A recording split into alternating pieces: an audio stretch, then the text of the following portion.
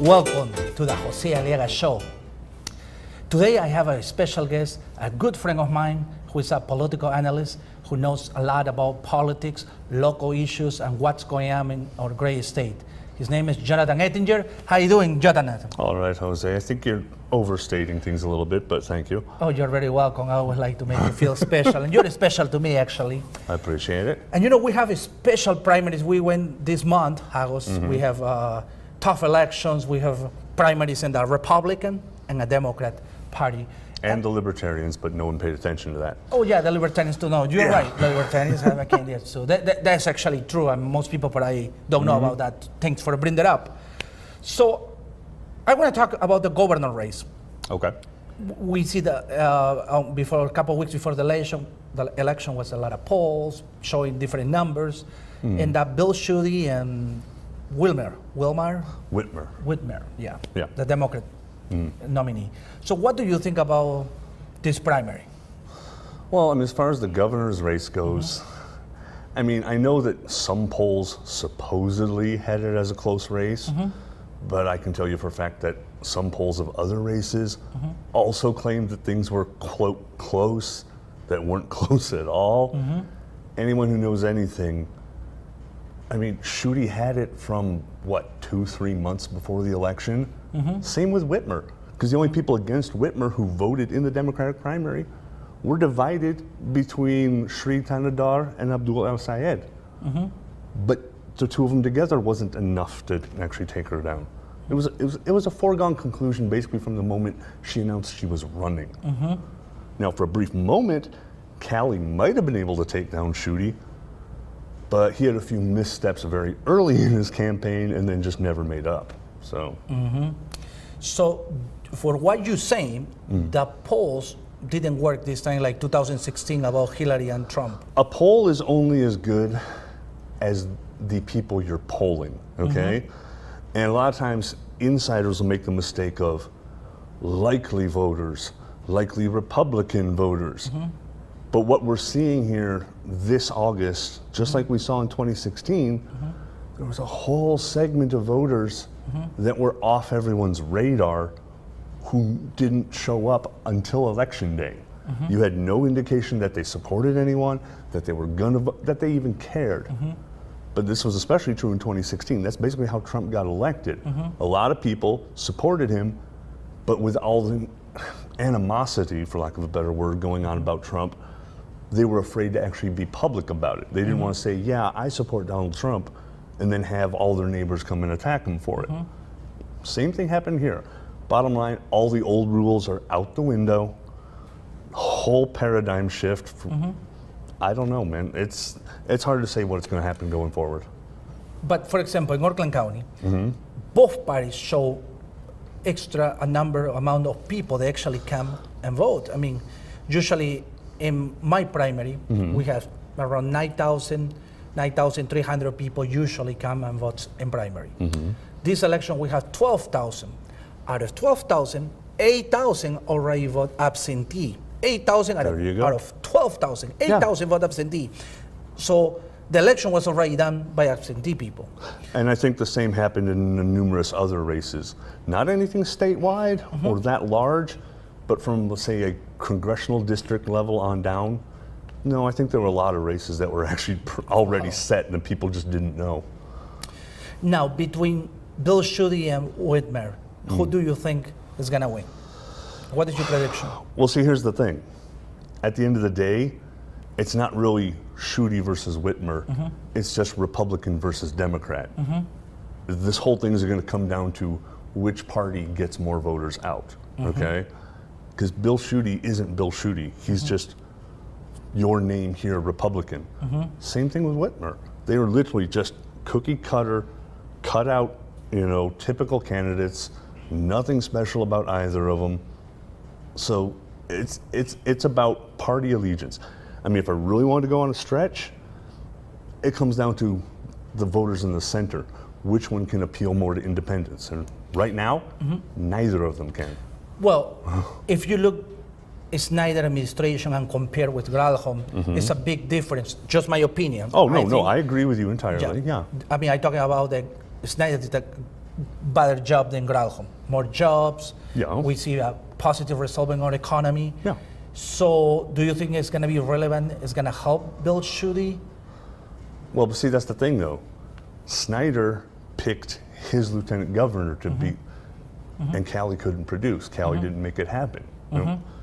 So I don't know whether or not Snyder's legacy even fits into it. I mean, one could want to assume that all the progress we've made under Snyder, hey, let's stick with that party to keep it going. But traditionally, with the term limits we have, once the party in power is on their way out, we could swing back toward the Democrats just for no other reason than changing the parties, because this is what voters do. Do you think Whitmer is going to be better than Granholm? Or is going to be the same team or worse? Yeah, how about I'm going to invoke my Fifth Amendment rights on that one. Yeah.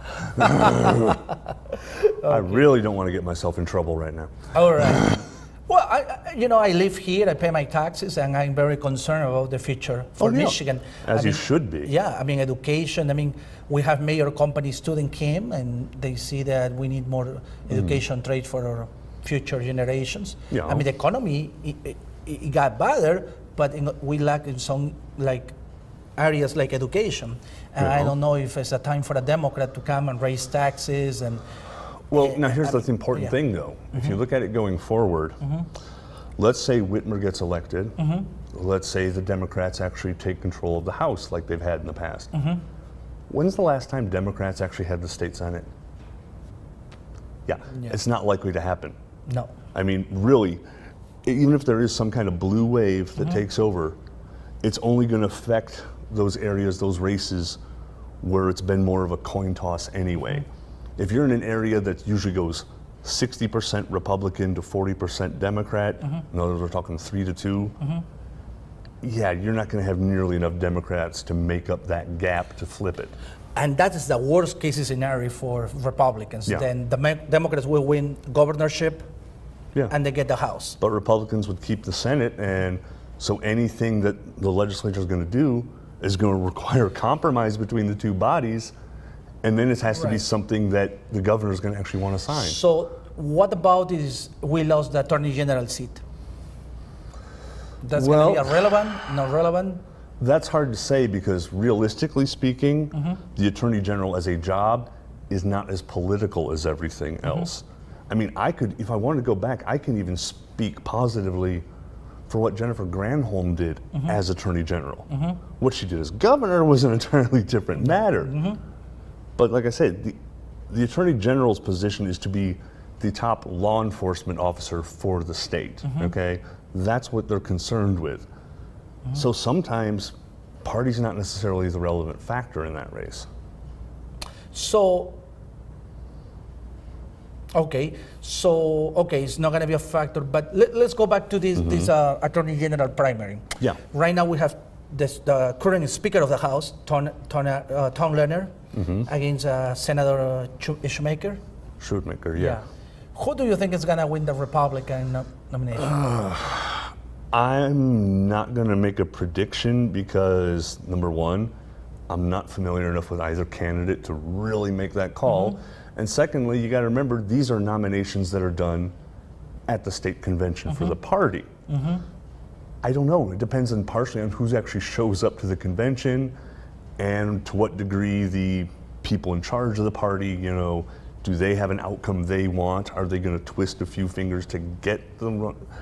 If it was my choice, I would go with Tom Leonard, basically for no other reason than all of the mailers that I got from his opponent, especially the ones trashing Tom Leonard, and including the ones that were anonymous that were trashing Tom Leonard. Yeah. I'm sorry, I don't like, maybe other people like that kind of crap and they put up with that. And in fact, that really showed through in some of the results we had in this primary.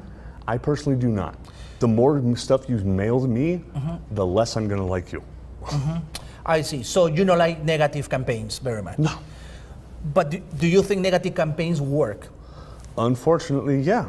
Because for all you know, there are voters out there who all they're hearing is from one same place, candidate X good, candidate Y bad, and they never heard anything else. So they're going to vote for candidate X, and that's the end of that. And it's unfortunately, but I see some of the primaries too, and I see the outcome, and I totally disagree with that, because there's many good candidates that believe and have the passion, the drive, the philosophy, and can get the job done and represent well. Yeah. And But this election is about power, not about representation. Good government would be selecting someone you know who's there to serve and do the right thing. Instead, what we've got are people who are power hungry, who want to jump from job to job. They just want the title and the paycheck, and they'll do anything to get it. Basically, I mean, the harder someone tries, the more you should be afraid of them.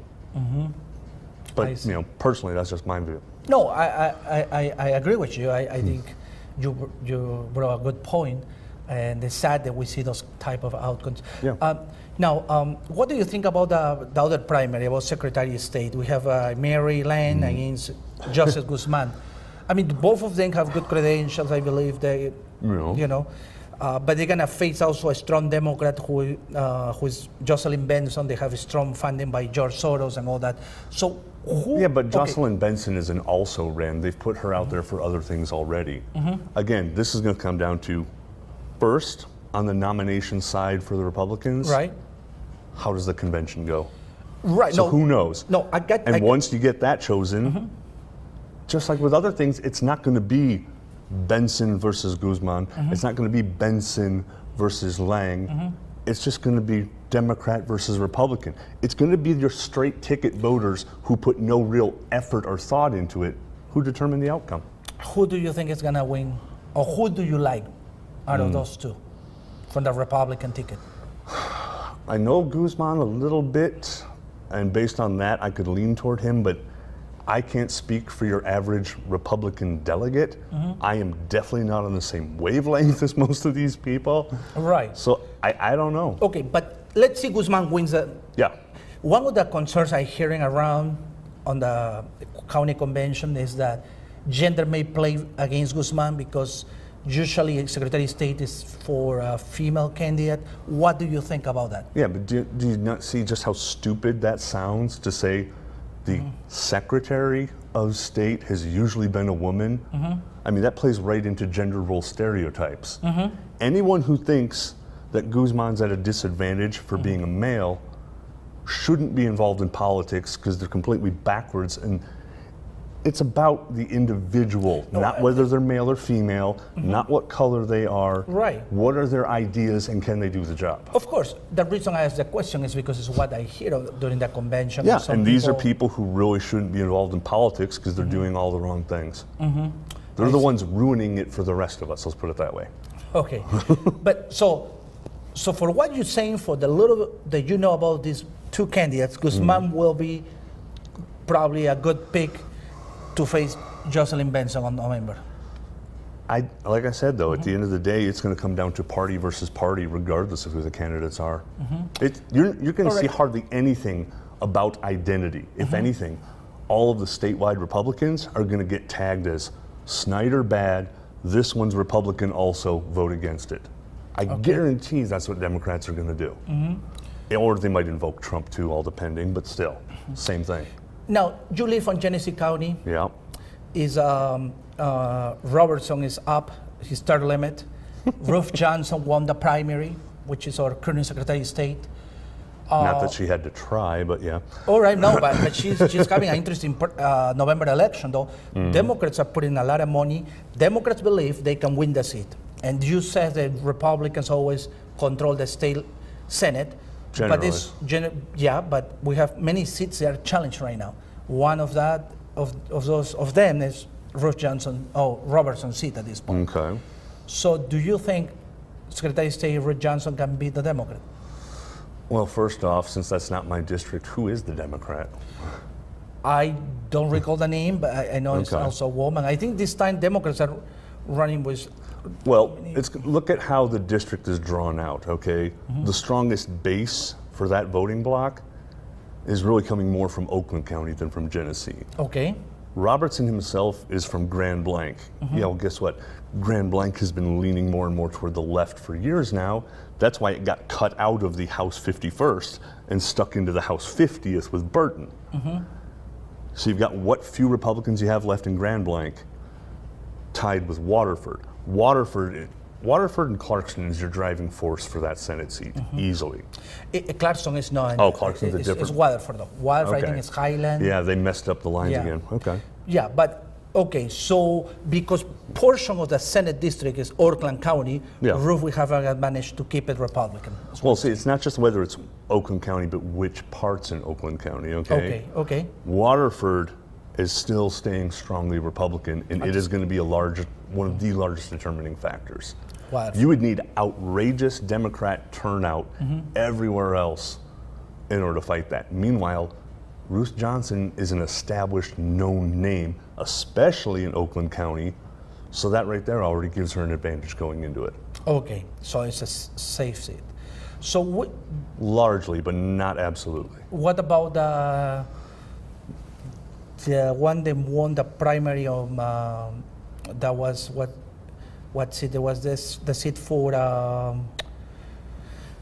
the one for Grand Blanc, because it's a state rep too, right? Who is a Republican? What's his name?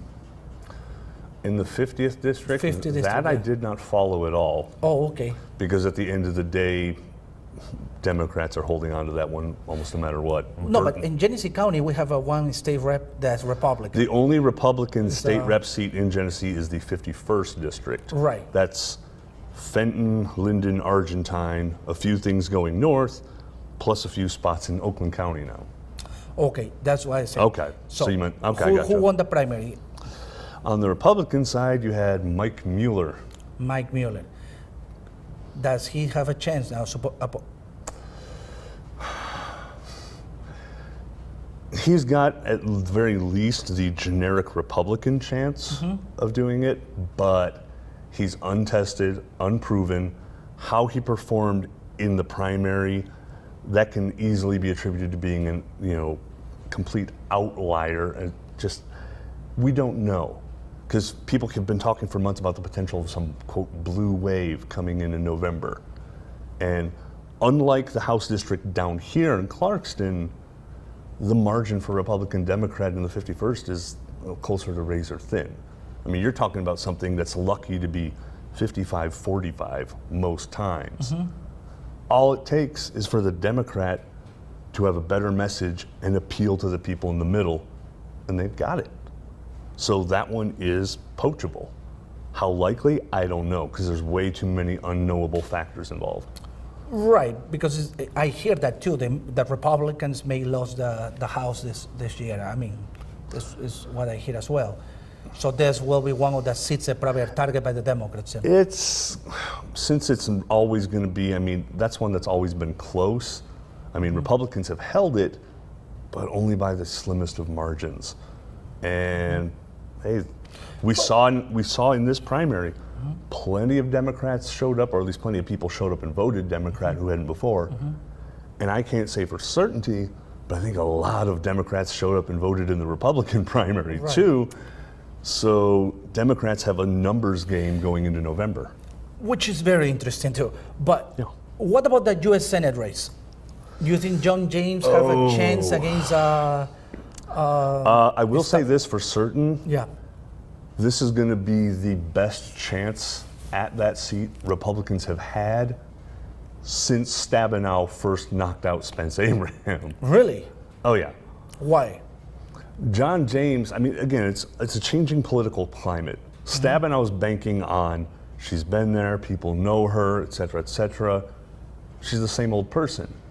John James, if he can activate the same kind of voters that elected Trump in 2016, or appeal more to the middle, he's got a fighting chance. And you're talking about a guy who, from closer to the Detroit area, he's a veteran. I mean, he's got a lot going for him that, well, let's just see how it plays out. But no, this is definitely the best chance Republicans have had in a long time to have a senator from Michigan.